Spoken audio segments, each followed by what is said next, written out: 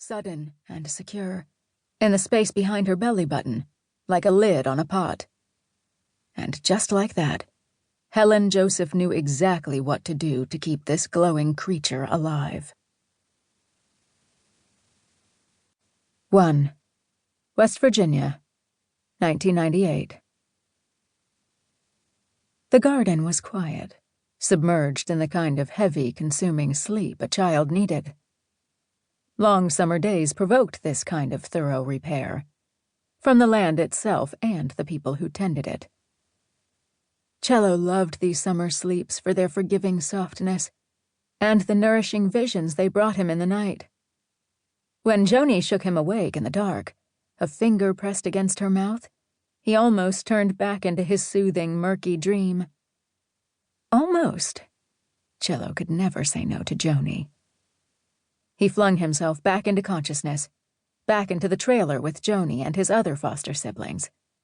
She gathered her hooded sweatshirt close across her chest and pointed for him to follow her outside. He pulled on his boots and gently closed the trailer door. Joanie was already huddled over a cigarette, shivering, even though the night was hot. Since the baby had been born, she seemed permanently chilled. Cello reached out to her, but instead of taking his hand like he hoped she would, she passed him the burning Grand Prix. "I found someone," she said. The shoulder of her sweatshirt slipped down, exposing a too-sharp clavicle. "What do you mean?"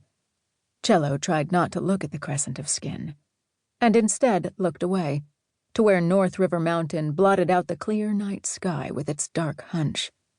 "A buyer." Joanie reached out for the cigarette and Cello passed it back without dragging from it. "What? What do you mean a buyer?" he asked, wishing he sounded more confident, less confused. It was an unexpected proclamation. He and Joanie had nothing of their own to sell. "Franklin Lee's. He came to my wedding. That's where I met him. He's been trying to one-up Mother Joseph for years. Wants a crate of cuttings from the vine." A slight tremor began in Joanie's hands, and Cello saw the lit cigarette end wobble. "No, absolutely not," he said, stepping toward her. He crossed his arms tightly, careful not to touch her. Of all the things at the garden that could be bought or sold, the vine of heaven was the only immutable constant. It had been there before them and would go on after them. Cello worked with it every day, but it was still a source of mystery, like cutting keys to doors he would never open. He knew that secretly removing the vine from the garden was as impossible as removing his eyes from their sockets. It was the rule every member of their foster family understood. Letta would always know. Anytime it was pulled from the earth, she said she could feel it in her body. She had to lie down in the dark any time a plot was cleared. "The vine belongs to me, too.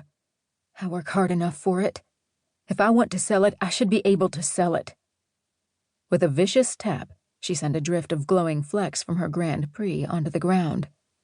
"He'll give me a car, Cello, and enough cash to really get away. Us, I mean. We can't stay here anymore."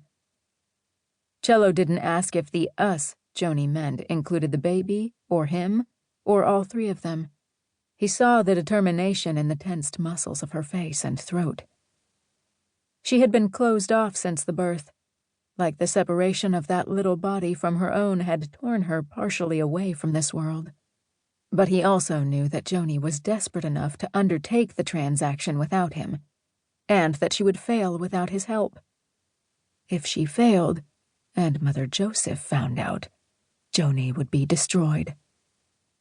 Cello nodded into the dark, like a hypnotized man. "Wait until tomorrow night, when it's dark," Joanie said, and Cello shuddered where he stood, trapped by Joanie's grim resolve. "And make sure you wrap what you cut really tight, like you're smothering it. I'll take care of everything else." "All right, Joanie. All right," he answered, knowing it was what he would always say to her. When Cello went back to bed, he dreamed of the earth splitting open. He dreamed of a crack running through the garden, upending the trailers and...